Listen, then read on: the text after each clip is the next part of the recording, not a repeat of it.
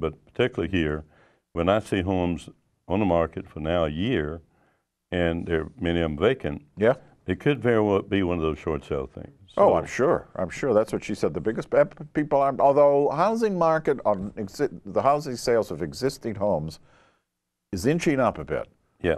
And I noticed yesterday that sales of new homes is inching up a bit. You're right. Not quite as much as. That's encouraging. It's not going to happen overnight. We're not going to get out of this overnight. This is going to go well into 2010 and perhaps 2011. Yeah, before we see an upside. A lot of the irony being, though, the stock market is up. Figure that one out. Well, that's the bull market, I guess. But you know, John, you making money off your investments, are you, Bert? No, not any I don't control personally. Okay. And I still feel that if you quit spending money and try to sock it all away, you're not able to produce more business. So you business people have to continue to invest in the business, even if it's on a basis of reducing debt or whatever. Yeah. What else happened in November, John? Yeah, what I else don't know. Anything startling? Oh. I know you've got something on your mind. I do? Yes, I can tell. You It's can something. tell? Well, it's foggy. Yeah, what were the big Bowie stories? I don't know. Well, I should have brought a cheat sheet. Well, of course. The election was definitely the biggest. Yeah. I don't know if crime is up or down. They always claim it's down, but usually it's up. Well, the latest thing that happened in Bowie, we happened to be tapped. You're speaking about buying books. There was 15 people, I think. Oh, the library thefts. And it happened at our library. And we had somebody from Bowie involved in that. That's right, one person. Yeah.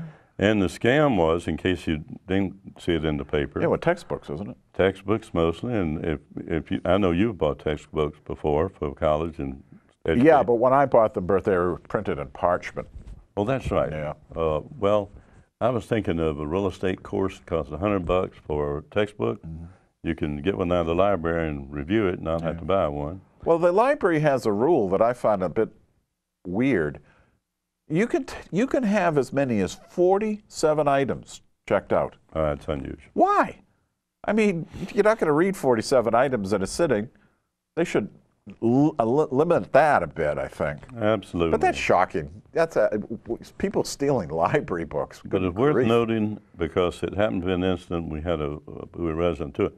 But anyone that is doing that, I don't want to hear anyone turn around and tell me it's because of the economy. Oh, that's bull. No. I've never bought that at all, and I'm sure you haven't. No. In the case of theft, or in the case of like this young man that was interviewed on the Post today about he'd been out of work for a year.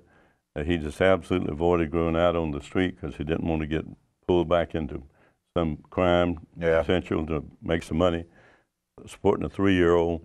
So fortunately, he's got the support of his family keeping him from that. And that's very important in these, when we do think of the economy, joblessness and so forth. People could perhaps, they should rent us out for appearances. Maybe we could make a little money there. You're right. Yeah. I think we don't get paid anything here. No, but we should get an increase this year, at least double. Yeah, Social Security is not giving any cost of living increases this year. And there are a lot of people concerned about that, John. Yeah, I'm sure. But actually, because there's so many don't have the potential for making that up. But I think probably, John, we could talk about what maybe some answers are. Like the state, for instance, is looking to furlough more people. There's a lot of furloughs. Right. What can be done? What can our senator and delegates, if we could find them, talk to? If we could find them. And that's good. I like that. They're an elusive quantity. Well, you came up with a suggestion earlier that, you know, they're doing it in the county. They're furloughing people and they're firing people in the state level. They're doing that. You know, they're nailing people who most need the jobs, of course. Volunteer contributions of, what did you suggest, $10 a week? $10 to pay for from the 50,000, you said about 50,000 employees at the state level. So $10 a week, woo, that'd do a nice little job. Donated as an investment to the state, like you said. And then once they reach the balanced budget, which may be a long time, however, this would have to become with a guarantee. If I were a state employee and every 2 weeks you Yeah, it'd come with a guarantee of when they were in surplus. Right now, you know, Baltimore's mayor is on trial, for having cashed in gift cards that were intended for poor people. Right. So I think employees at that, you're not going to get Marvin O'Malley to give anything back. I would have to get somebody. He could cut his salary in half and it'd still be overpaid. Right. But there's got to be some answers, and why not?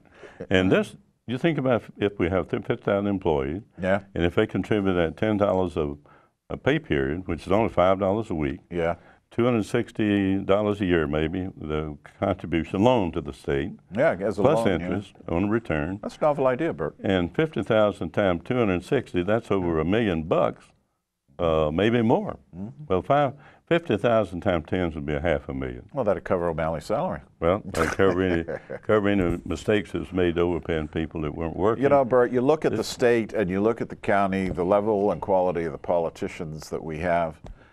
It's no wonder people don't bother. Well, you do. You feel like it you won't know, matter. it's sad. Too bad. There's got to be some answers for some of these things, and of course, one of the national comments by the president was, "We'll eliminate graft and waste and so forth in the Medicaid." So many get that mixed up. Medicare is a contributing. It would also fund. be. It would also be very, very, very beneficial if your favorite party, the Republicans, stop being the party of no.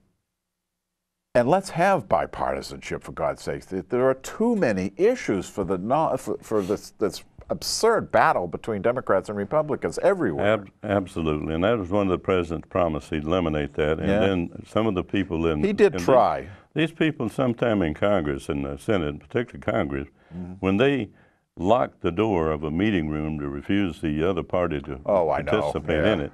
Now that, you talk about partisanship. Oh, it's childish. You know what that is? It's childish. It's pettyship. Oh. And you know, the interesting thing, John, is you might think of this theory again of the contribution to the state. I'm going to figure it out again and just see how much money it raised. And then figure it out, we'll bring it up again. We'll bring it up, and then if you run for governor, that could be part of your platform. No, I want to run for something more exciting than governor of Maryland. All right.